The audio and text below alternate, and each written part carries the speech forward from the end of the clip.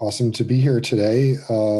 I am joined by Shari Johanson, music editor extraordinaire. She is a New York City-based music editor who's been working in the film and TV industry for nearly 30 years. And most recently, she collaborated with Robin Wright on her directorial debut film Land. And that was at Sundance just recently and has been getting really amazing reviews on the music. And I recently worked with Shari on the Disney Plus docuseries On Point, where I was the composer and music supervisor, and Shari was the music editor. And so we're going to talk a little bit about process, but first, we're going to play a very brief video. It's about 20, 25 minutes, intro to Pro Tools. And if you have any questions while the video is playing, please throw them in the chat. We're going to monitor the chat and then pick a few questions at the end that we could potentially answer in this Zoom format. And this is sort of like a brief intro, gives you some basics, but then also skips to some more advanced stuff. So we're going to show you both audio and video techniques, because obviously as a music supervisor or music editor or composer, that's critical that you're working with all the media within the software. There is a cheat sheet. Let me post the link. I know it's in the chat already, but I'm just going to paste it again. And this is on the GMS website. This is how to install Pro Tools. It's sort of my cheat sheet that I've culled from the Avid website and a few other websites, Sweetwater and I think Sound on Sound. And installing Pro Tools is probably the hardest part of using the software. Actually using the software is pretty easy. Shari, would you concur with that? Yeah, it's a very easy platform. It's kind of like Legos, sort of. I like that description. So without further ado, I'm going to go ahead and play this video. And again, please put any questions in the chat so we can take a look. And we'll be back in a bit for a conversation and Q&A. Hello, my name is Jonathan Zalben, and I'm going to show you some tips and tricks in Pro Tools.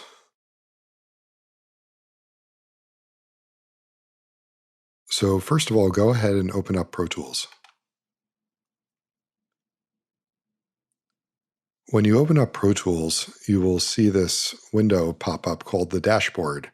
If this is your first time using Pro Tools, just click Cancel to hide the dashboard, and then go to your setup and click on Playback Engine, second option down. And the Playback Engine is where you can select where you're playing your audio out to. So whether you have headphones hooked up or speakers built into your computer, or if you have an external device like I do here, I'm using the MixPre 3 to play my audio out, but you may have other devices listed, so you might select your iMac Pro speakers or built-in output or something that will allow you to hear your audio out from your computer. So you'll select your output device, and you'll also want to enable your video engine. And it's okay to leave the other settings to whatever they have defaulted to for your computer, or you can copy these settings here that I have listed, if that's helpful to you. But usually you'd want to select the output device and enable your video engine, and then click OK. Once you've done that, you'll want to create a new session by going to File, Create New. And this brings back up that dashboard that we saw at the beginning. So if your dashboard looks different, it might be that you're on a different tab. You'll want to make sure you're in the Create tab. You'll want to give your session a name. I'm going to call this one Test Session. And you'll want to select local storage. Now, I'm using the regular version of Pro Tools. If you're using Pro Tools first, you might only see the cloud collaboration or project option selected, and you'll need to sign in to your Avid account in order to use that. If you're using Pro Tools Ultimate, you may see other additional options in this dashboard. But for the regular version, you'll select local storage. We're not going to use a template, so make sure that this is unchecked. And then your settings, you'll want to select wave, 24-bit, 48 kilohertz, and stereo mix. And again, if you're using Pro Tools Ultimate, you might see some other options here. And then lastly, check interleaved. What that's going to do is leave all of your stereo files as stereo, as opposed to breaking them apart into mono files. So these are settings that you should memorize and always use. And then lastly, you'll want to select the location for where you want to save your files, whether it's on your computer locally or whether it's on an external drive hooked up to your computer. And then you'll click Create Session, this lower right-hand corner button on the dashboard. Once you create your session, it opens up the edit window. That's what you're looking at right here. The edit window allows you to edit all of your audio. And there's a few different things that I want to point out in the edit window. The first thing that you'll see is the different edit modes, whether you're in slip, shuffle, spot, or grid. These are your zoom tools over here. These are your edit tools. This is your counter, and this allows you to set your grid options if you're working in grid mode. Over here, you'll see all of your rulers. This allows you to select different ways to count in your session. If you're working in film and TV, usually you're working with timecode, but you may choose to work in minutes or seconds, or if you're working in musical notation, then you're going to work with bars and beats, but most often you're going to find yourself working with timecode. So when you first create a session, you will see this window right here, which is the edit window. If you don't see this, go to Window and make sure Edit is selected. So once the edit window is selected, you can bring in audio, and it's as simple as taking an audio file and clicking and dragging it into your session, and that will bring audio in. So here I have an example audio file. If I want to play back this audio file, all I have to do is press the spacebar to press play, and the spacebar again to stop the playback. The first area that we're going to look at contains the edit tools. There are three main edit tools, the first being the trim tool. The trim tool allows you to trim a clip, make it shorter, or make it longer if there's audio behind that clip. The second tool is called the selector tool. The selector allows you to highlight a portion of the clip, and you can also decide to make edits where you've highlighted. The shortcut for that is Command E. You can also go to Edit, Separate Clip, at Selection, and you can see that it lists the shortcut Command E for that. When you separate a clip, you create a new clip in your clips list, which is on the right-hand side over here. And if you want to move those clips around, you can use the third tool, which is called the hand grabber tool. That works like this. Just by clicking and dragging a file, you can move it around in your timeline, and you can also change the order of your clips if you choose.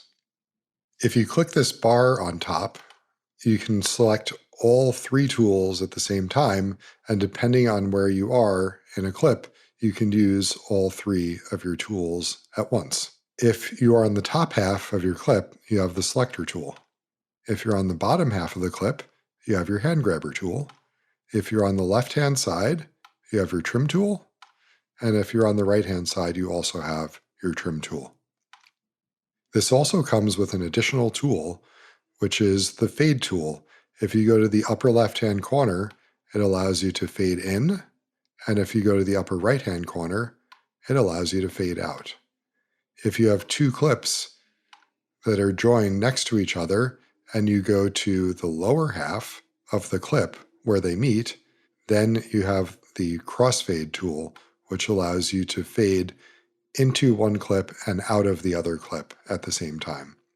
If you decide that you don't want to fade anymore, well, you can just highlight the clip using the grabber tool, or double click using the selector tool, and then press delete on your keyboard, and it'll get rid of that fade.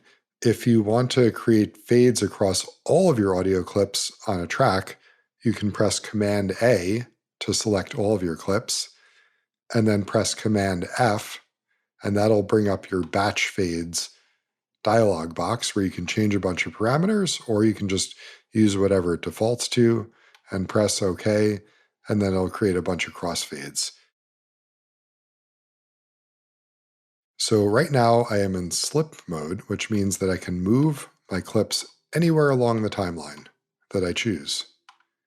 If I switch to grid mode, that means that I can only move my clip according to these blue grid lines.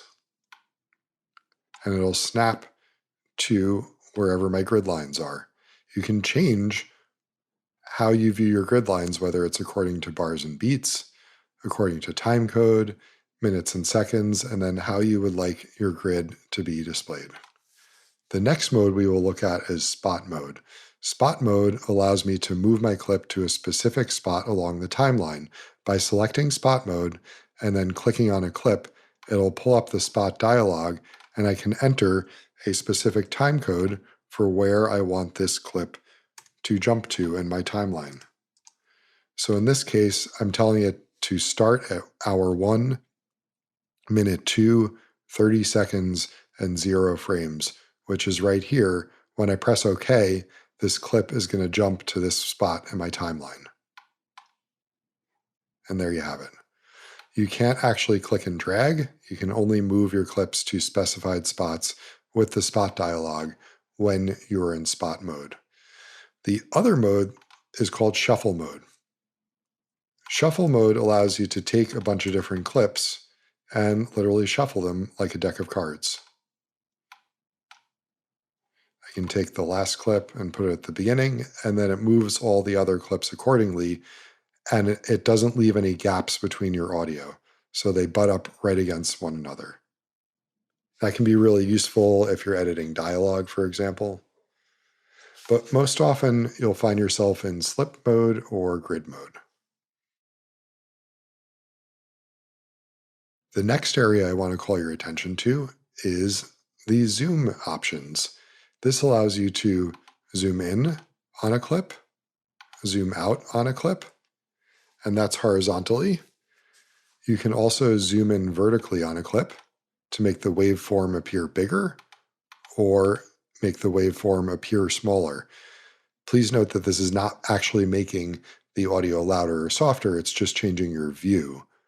You can also change the height of a track by clicking and dragging that track to make it bigger or smaller. You can also change your track view by clicking on this little arrow with a circle around it, and then change it to a preset size, for example, small or medium, which is the default. Next up, we're going to look at importing video into Pro Tools. And in order to do that, you can simply click and drag your video into the Pro Tools edit window. In this case, we're just going to bring the video to the session start and press OK. You can change the order of your tracks by clicking and dragging them. So notice that I'm putting my video on top above my audio example here. And if I want to watch the video back without whatever audio I have in here, I can press the mute button and just watch the video on its own. Now, for this video, I've just selected a stock video that I found on my computer. But what's important with any video that you bring into Pro Tools is that you check out a few things. The first thing you want to check out is you want to make sure that this thing right here that says FPS, that's your frame rate, and you want to make sure that that's highlighted in white, not in red. If it's red, then you know that your session and your video are at a different frame rate. This is really, really important for video, because if your video is at a different frame rate from your session, when you go to render out the audio and the video, you can have synchronization issues where the audio and the video don't sync up with each other anymore. To check the frame rate, if this appears red for you, you go to Setup, and you go down to Session, and this is where you can set the frame rate, right over here where it says time code rate. Now you can see that my frame rate is set to 23.976 frames per second. Let's say my session was set to 2997. Instead, you can see that my frame rate has changed to red, and Pro Tools is telling me that the frame rate of my video file and the frame rate of my session are different, and I may run into sync issues. So I need to go into the session setup right here, which I'm going to do one more time. I'll go to my setup, session, go to my time code rate, and select the correct frame rate for the video that I'm working with. Now, your video may appear to have a different frame rate than what I'm selecting, but in this case, I know that it's 23.976 frames per second. How do I know that? Well, it's telling me that right here. And then when I select the correct frame rate, the frame rate turns white.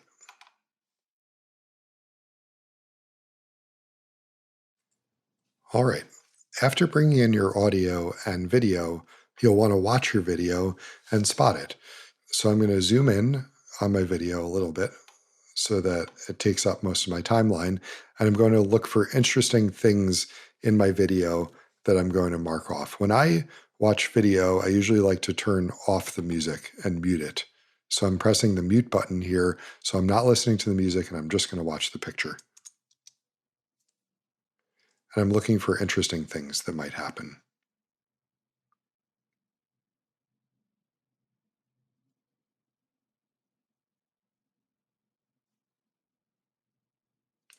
So that to me is interesting, that dip to white right there. So I want to make a note of that point in my timeline. In order to do that, I need to add a marker by clicking this plus sign. And I can give it a name, dip to white. If you don't see this markers ruler, what you'll need to do is select over here and make sure that you have markers checked. If they're not checked, you won't see your markers. If they are checked, you will see your markers. I'm going to keep scrolling through and seeing if there's anything else that's interesting in my timeline. So here, I notice that the video changes speed a little bit. That's kind of interesting. Maybe that's something I want to do something with. Or maybe I want to wait for that next dip to white. So that's kind of interesting too. I'll add another marker for dip to white. All right, so next up, I'm going to show you how to do a music edit using relative grid mode, which allows you to edit your music according to bars and beats in your grid. I've got two of my markers. Maybe I want to add a few other markers in here for some interesting sync points. So I think that might be a nice point where we have a little turn in the video happening. And let's just scroll through, and we've got our dip to white, the girl's walking. And then that's an interesting shot of those kids with that tire right there. And then we've got our dip to white again. And then the video's sped up for a while. And then over here, we have another dip to white, and the video slows down again. All right, so I have a few extra markers in here as possible sync points that I might want to use. Next up, what I need to do is I need to change my tempo and my meter so that it follows my music. In this case, this piece of music is 110 BPM and it's 3/4 meter. So the default in Pro Tools is not correct for this piece of music, so I have to change that. So to change the tempo, you can double click on your tempo right here and change that to 110 or whatever your BPM is for the music that you're working with. And I'm going to change my meter to be 3/4 by clicking on this plus sign. And I'll change this to 3/4. So now my tempo map follows my music. If you do not see the tempo and the meter, what you need to do is click over here and make sure that those are both active in the rulers up ahead. So now that my rulers are showing and my tempo and my meter are both correct, I can start to edit much more easily in relative grid mode.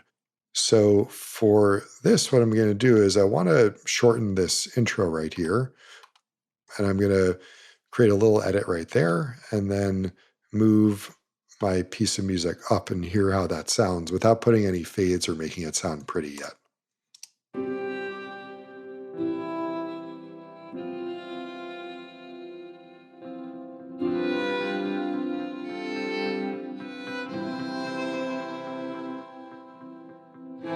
So that seems to sync up pretty well, that edit. And then I want to do something over here where it gets a little bit quicker. I want to use a more active part of the piece of music.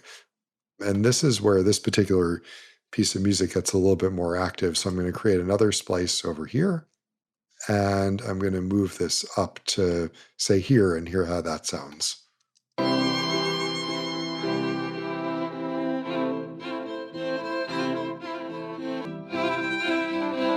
And it's not bad. It's definitely in time with the music. But part of the issue right now is that you're restarting the phrase. So maybe I want to move that back a little bit even further.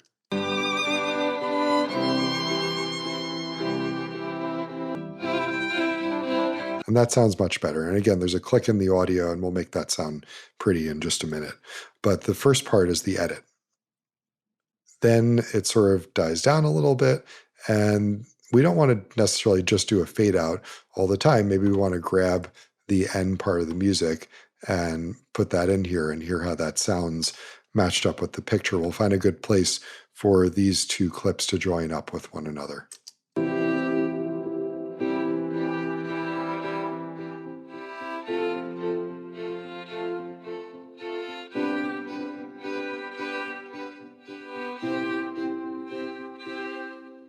Not bad. Let's hear how it sounds if we splice the two pieces of music here instead.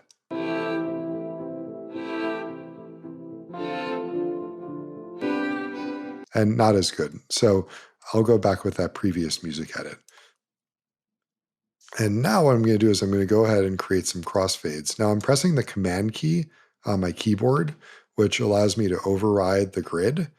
And that means that my tools will work according to slip mode while I'm still in the grid mode. So it allows me to operate in two modes at once by pressing this Command key right here. So then my fades that I create are in slip mode instead of grid mode. If I stick in just grid mode without the command, then my fades snap. As opposed to if I press the Command key, I can do a nice crossfade for however long or short I want it to sound.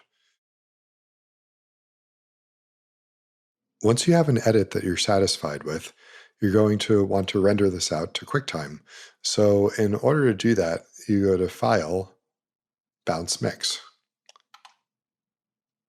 This pulls up a dialog box that looks a little bit intimidating, but it's actually not that complicated. First of all, you're going to want to give it a name. So I'll call this, because it's called onboarding, I'll call this onboarding music option 1. And under file type, you could render out an audio file like a WAV, an AIF, or an MP3 file, or you can render out a QuickTime movie that you can upload to a file sharing website or email to whoever you're working with. So I'm going to select MOV in this case. You can see that it pulls up an extra video dialog box. But before we get to the video, let's take a look at the audio options. So as I said before, you could stick with 24-bit, but actually 16-bit is CD quality. So for review files, you might just stick with lower resolution to save on file size, and you're not really compromising quality there. You'll definitely want to leave it as interleave, not mono. Interleave means stereo, basically. You're having a left channel and a right channel to your audio. And you'll leave your sample rate at 48 kilohertz. So when you're rendering out video, you definitely want to include video. And then you want to select your codec. You can select any of these four, whatever is appropriate for who you're sending it to. H.264 is a lower res file, saves on file size. And usually you want to select VBR, not CBR. And these seem to be pretty good target bit rates for pretty good quality and not too big file size. So I'm going to choose a location to bounce this to. I'm going to bounce it into my test session bounced files folder, press open, or if you just click session folder, then it automatically defaults to there. You can choose to bounce it and listen to it while it's bouncing, meaning rendering out, or you can choose offline and that'll just render it out as quickly as possible and you can listen to it afterwards. So I'm going to do the offline option and click on bounce. It'll render out the audio and then it'll attach the video to the audio track. The video usually takes a little bit longer than the audio itself. Next, we're going to want to take a look at that file and make sure it looks and sounds okay. So in order to do that, you can navigate to where you rendered it to, and then double click and play.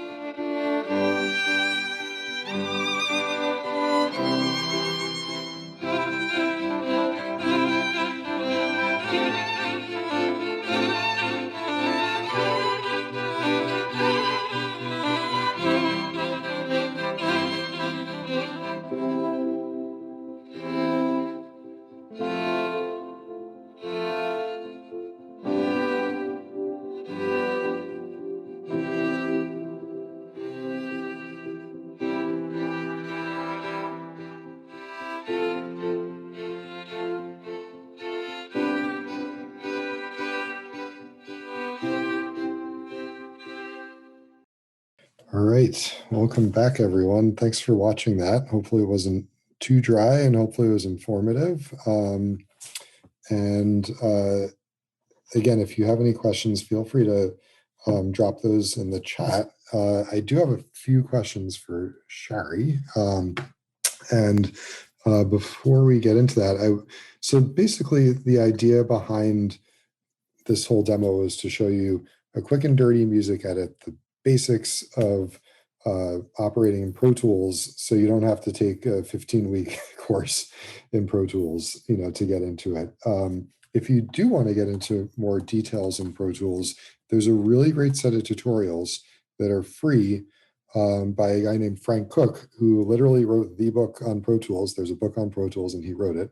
You can get it on LinkedIn, and I just posted the link to it in the chat window. So if you have a LinkedIn account, you can go through his whole series, and it's a 2-part series, and it's really, really informative, very, very detailed. But this 20-minute intro is basically giving you the lay of the land, giving you a few basic tips, and giving you a few pro tips that are sort of in the more advanced levels of Pro Tools. For example, when someone's ordinarily teaching Pro Tools, they don't get into video until many, many steps later. But for all of us, that's critical to do from the start. So, Shari, my first question to you is, what should a music supervisor know about music editing and working with someone such as yourself?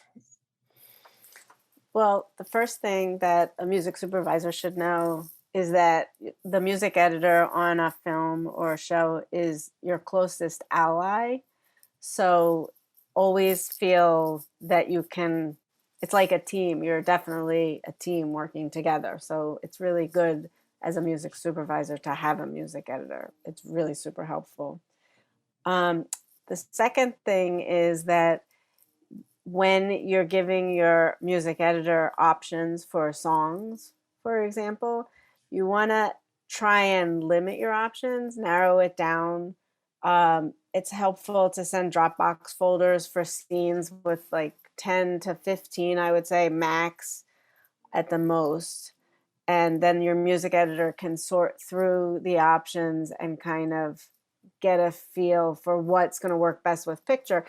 But the advantage to you guys having a Pro Tools to work with is you can kind of down and dirty place the tracks in and you see yourself if it's working, but you should not feel that you have to like fine tune edit it, because that's actually what your music editor is there for. So it's okay that we like to do that. And not only that, but doing a really careful music edit and a proper music edit takes so much time, as I'm sure you can attest to. And if you're supervising something and you've got an amazing music editor like Shari, then you can rely on her to do her job and you do your job, and work together that way. So, but I think something like this is really important, because then you get like an inside window about what goes into making a really great song work for a scene as well, because you can have a song that feels right for the picture, but the music edit might not work. And so you can very quickly sort of surmise if something might work and then pass it along to the music editor. Do you feel like that's an accurate description, Shari? Yeah, exactly. If you feel that it might work and you feel the vibe is right, but it's just not hitting properly, you should, as a music supervisor, should not spend your time trying to make it work, because that's what we're trained and that's what we do. So you would then move on to your other options, just looking for more options. Cool. Can you talk briefly about why Pro Tools is important to your workflow? Well, without Pro Tools, I have no workflow.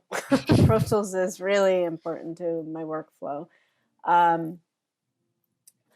It's Pro Tools is actually very similar to working in film. It's almost, when you're working, especially as a music editor in Pro Tools, it's like I'm immersing myself into the music, and it's like I can't even explain it, but it's like you're touching the music, you're playing with the music. You can have so much as a music editor that I can do with the music, especially if I have music stems.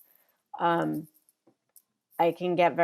music editor can get very creative with music, creating cues from other cues, and just really deeply immersing yourself into the music. Without a Pro Tools, you could not do that. I don't know any other system that you can get that deep into the music. There are And plenty it's of very other. the standard. It's the standard, and we need it for the mix. Like the sound editors use Pro Tools, the mixers use Pro Tools. That's what everybody's using as well. So it's very important for everybody to be in sync with each other. Absolutely. Yeah, I think that's for me the number one thing. And being able to coordinate, that I can send you a Pro Tools session and it's not just audio files or stuff that doesn't work or sync up properly, and everything just kind of works and flows really easily. It makes your life easier. Yeah, so much. And even with working with a composer, the composer will send me his music, and like I get tracks from you, Jonathan, and then they just spot right into the session. So everything lands where it's supposed to land. So there's no question as to what the composer intended with the cue. So you're Jennifer making had a really good question in the chat. She says, how do you coordinate back and forth with the music supervisor about both current option choices and timings as they change with the cut? Well, the music supervisor and I will have constant emails, constant phone calls, constant communication. If there's a music cue that, a source track that we edited and then they change the whole picture and I re-edit it and it's not working, the music supervisor will know in a minute because we'll text and I'll just be like, okay, we need another option. This just isn't working. Yeah. And choices, I'll send Quicktimes to my music supervisors constantly. Like the music supervisor and the music editor will communicate. I usually won't send a cut to the director until the music supervisor sees it as well, and we both agree on, you know, this is good. Yeah, let's try these two options. These are good. Yeah. I mean, I know, for example, just to follow up on that question with On Point, for example, I would pick a few options that I thought might be good for a scene, and then I would send you the audio, and then you would try cutting them in and say, okay, these ones work, these ones don't work. We would look at them together and then decide, okay, what are the best options, or what's the best option to send off to the director. And if there are change, like in Jennifer's question, if there are timing changes or anything, it's very easy to sync that back up, because you can see all of your audio clips. And when you bring in someone else's Pro Tools session, you literally click and drag the Pro Tools session into the edit window, just like I did with the audio and the video files. And then all of your tracks line up exactly how the other person had them laid out. It's super easy that way. Yes, totally. There's another question. Maybe I'll field this one. It says, do you use any other DAWs, and what do you find are the biggest advantages beyond collaboration of using Pro Tools versus Logic, et cetera? So one thing that I've personally found, this is Anthony's question. I've used Logic a little bit. I definitely wouldn't consider myself an expert, but especially early on, the video handling in Logic didn't come anywhere close to Pro Tools. And then on the flip side, Logic is really great with MIDI and music creation. So if you're just doing music creation and you don't need to deal with video, then Logic is probably better for that in some ways. Although I create music within Pro Tools and I find it very easy, and the workflow is understandable to me. And then there's some other DAWs out there like Nuendo and Digital Performer, which probably in some ways blow Pro Tools and Logic out of the water in terms of the music capabilities. But in terms of sound and video specifically, I think that's where Pro Tools really excels over the other DAWs. Shari, do you agree with that? Yeah, and I agree. Like, for if you're a music supervisor, your best bet is Pro Tools as opposed to Logic, because the music editor uses Pro Tools. So if you're trying to communicate with the music editor, composers, they, use Logic and Pro Tools mostly. Yeah. At this point. And also because Pro Tools has a version called Pro Tools First, which is free. They have this free version that you don't even have to pay for. And for a music editor, it has more than what you would need. It comes with all the basic plugins. It has a limited number of tracks, but it's more than you would need to put together a bunch of different options to take a look at. And that's an easy way to work. Whereas I don't know of any other free DAWs out there offhand. I'm sure they exist, but I'm not aware of any that have that kind of capability on the free level. And then, of course, there are the paid versions as well. Right. That's also, as the music supervisor, you're mostly just auditioning song stereo tracks, so you wouldn't really need it. You're not dealing with the composer score and stems at all. That's all in the music editor's plate.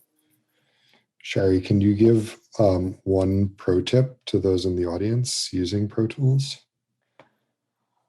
Well, my favorite little things about Pro Tools is I love spot mode. That's awesome. For me, when getting the tracks from the composer and you put it in Spot and they have everything is lined up in their Pro Tools session, and I just import the audio files in Spot mode and they just kind of land right in sync. So that's my favorite. When cutting, if I'm cutting a song, sync marks are the best, which is you go to the clip on the menu and then you pull down to identify sync point or command comma. Like, so you find the spot that you want to sync up to the picture, and then you put that part right there in the picture. And it's awesome. It's a great way to try and line everything up. That's my favorite.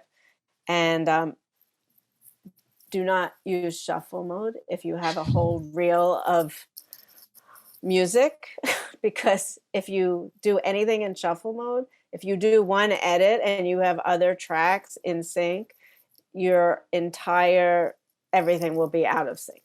So shuffle mode is a little tricky. Yeah, I've been using Pro Tools for about 20 years now, I think, and I've used shuffle mode maybe 5 times. I've used it zero. It's Zero. really good for sound. The one time I found it super useful was I had a project where I had a lot of music and dialogue, and it was for, this was a long time ago, it was for a website or something like that, and it was really easy because I could move things around and not create gaps or accidentally overlap something that I didn't mean to. It might be helpful for video games. I don't work in video games, but I could imagine that being useful. So Angela says, I used shuffle mode like one time in school because I had to demonstrate that I knew how to use it. Yes. That's funny. And that was the last time, yeah. Yeah. Shari, can you give us an example of being creative with music edits and what that entails? Okay, so there is a lot of creativity in my job. I actually love what I do. It's so fun.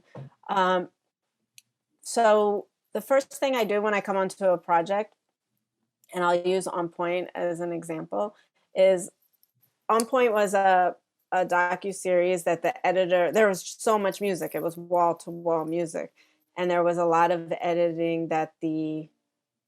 music editing that the editor had to do. So when I come onto a project, I watch the show or the film, and my goal is to, like, if there's existing music, just to clean it up and make sure the edits are seamless and so smooth that you would never ever know that nobody would ever notice. It's kind of like dialogue editing. Dialogue editors clean up the dialogue and you don't realize how much work they did to do that. So on something like On Point, that was what we had to do. And so there was a lot of creativity in that. I had to move, you have to adjust music, you have to change the in points and the out points, you have to fix the edits, you have to make sure the transitions are great between the score and the source. And in this case on Point, it was between the production. There was so much production music from the rehearsals, and then going into the ballet music, then crossing into the score. So there's a lot of that, and it's a lot of changing, just doing whatever we can to make it as a whole, like just a beautiful, cohesive soundtrack. And so that's what we did on Point. Something like Land there was a lot of creativity. There were a lot of demos that we got, and I really had to help create the vibe. And the composers are not Time for Three. They're a band, and they're a band. They don't usually work to picture. And so it was a lot of working with them to help to create the right vibe and energy and find the right pieces of music and where they would go. And then a lot of editing once I found the right tone. And, I'm working a lot with Robin, with the director. And it's just a very creative process. It's almost like producing and working with the music supervisor as well to just make sure we're all in agreement, and the composers. It was really a huge team effort on that film, and the soundtrack, it's beautiful. It turned out amazingly well. Thank you, Shari. Did that make sense? Yeah, definitely. That was great. So we're just about out of time. Angela's put the link to the next event, Saturday Night Trivia, in the Zoom chat. There was one last question, which I think is quick, and we can field that from Jennifer. She says, if there's still time, can you tell us what cue sheet program you like the best and why? P.S. I don't have a solution for this yet, but Shari, I think you have a good answer for this. Yes. Well, there's I love Google Docs and Google Sheets. So for all spotting notes and everything, I use that. And when I can use it for cue sheets, I'll use that as well. And this way I can collaborate with the composer and the music supervisor as far as everybody getting all of their information into the cue sheet. And then I have to export it to Excel. And that's kind of the standard Excel. And then a lot of these companies like Netflix and I believe HBO, like they have their own specific formats that they use now, like Cue Tracker, and I don't know. There's all sorts of them that you have to use for the final cue sheets. But for spotting notes and when it's up to me on cue sheets, I'll use the Google. Agreed. I have the same exact answer. So thank you, Shari, and thank you, GMS, for hosting this. And it was a pleasure chatting with all of you.